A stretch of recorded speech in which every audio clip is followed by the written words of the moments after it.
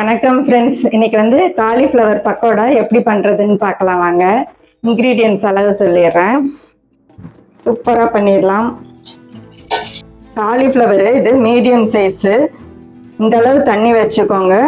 நல்லா இந்த அளவு கல்லுப்பு போட்டு ஒரு 1/4 ஸ்பூன் மஞ்சத்தூள் போட்டு நல்லா கொதிக்கிற தண்ணியில் போட்டுருங்க. போட்டு ஒரு 5 மினிட்ஸ் கழுவிட்டு எடுத்துக்கலாம். இதைய இன்க்ரீடியன்ட்ஸ் இந்த ஸ்பூனில் 3 ஸ்பூன் வரமிளகாத்தூள், ஸ்பூனில் 1 ஸ்பூன் நிறச்சி நைஸ் உப்பு, 1/4 ஸ்பூன் பெருங்காய பவுட்ரு, 4 பூண்டு, கொஞ்சம் கருவேப்பிலை.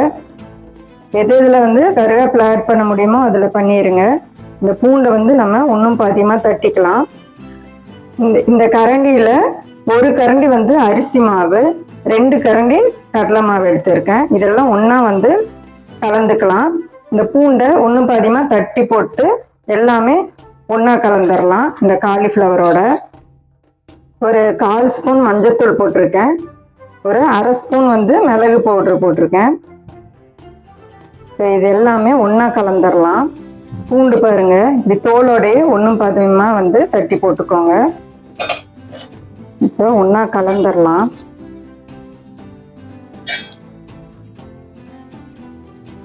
லைட்டாக தண்ணி தெளித்து பேஸ்ட் மாதிரி கலந்துக்கலாம். பாருங்கள், இப்போ இந்த பேஸ்ட் பக்குவத்தில் கலந்துட்டு கொஞ்சம் உப்பு பார்த்துக்கலாம். உப்பு கொஞ்சம் லைட்டாக கம்மியாக இருக்குது, நான் கொஞ்சம் ஆட் பண்ணுறேன். காலிஃப்ளவரு கருவேப்பிலையும் இதோட போட்டு நல்லா இந்த பேஸ்ட் எல்லா பக்கம் படுற மாதிரி கலந்துடலாம். கடலை எண்ணெய் தான் யூஸ் பண்ணுறேன் பொரிக்கிறதுக்கு. கொஞ்சம் பொரிச்சு எடுக்கிற அளவுக்கு நல்லா காய விட்டுருங்க. பாருங்க, இந்த பதம் அளவுக்கு கலந்துக்கோங்க. சப்போஸ் உங்களுக்கு கொஞ்சம் தண்ணி ஆகுது அப்படின்னா கடலை மாவு கொஞ்சம் ஆட் பண்ணிக்கோங்க. ஸ்டவ் நல்லா சிம்மில் வச்சுட்டு சுற்றி போட்டு விட்டுக்கலாம்.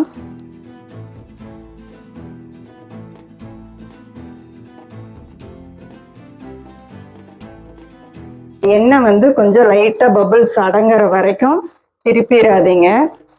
போட்டோன்னே கொஞ்சம் மீடியம் ஃப்ளேமில் வச்சுக்கோங்க. ஃபுல்லாக இப்படி போட்டதுக்கப்புறம் 3 நிமிஷம் கழித்து லைட்டாக இப்படி எடுத்து பாருங்கள். அதுவே அப்படியே வரும். அப்படி இருக்கிறப்ப திருப்பி போட்டுருங்க, கரெக்டாக இருக்கும். இந்த மசாலா உதிராமல் இருக்கிறதுக்கு தான் நம்ம கொஞ்சம் ஃப்ளேம் சிம்மில் வச்சு போட்டுக்கணும். மசாலா பாருங்கள் நல்லா பிரியவே இல்லை. ஸ்டெப் பை ஸ்டெப்பாக ஃப்ளேமும் கொஞ்சம் ஹையில் வச்சுக்கோங்க. கருவேப்பிலை இதில் ஆட் பண்ண முடியுமோ அதிலெல்லாம் ஆட் பண்ணிடுங்க. இந்தளவு பொரிஞ்சது போதும், நம்ம எடுத்துடலாம். இப்போ இங்கே மேக்ஸிமம் ஒரே சைஸ் போட்டிங்கன்னா கொஞ்சம் வேகறதுக்கு கரெக்டாக இருக்கும். எல்லா பீஸுமே கொஞ்சம் ஈக்குவலாக கரெக்டாக பொரிஞ்சிருக்கும். நம்ம இப்போ சாப்பிட்டு பார்க்கலாம். செட்டிநாடு கொடி ரெசிபி சப்ஸ்கிரைப் பண்ணுங்கள், கமெண்ட் பண்ணுங்கள், லைக் பண்ணுங்கள், ஷேர் பண்ணுங்கள், ப்ளஸ் மைனஸ் சொல்லுங்கள், என்ன டிஷ் போடலான்னு சொல்லுங்கள்.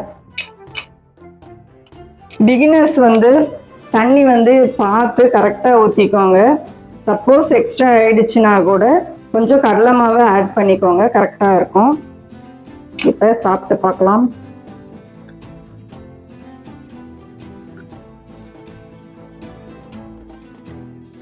சூப்பராக இருக்குது ஃப்ரெண்ட்ஸ்.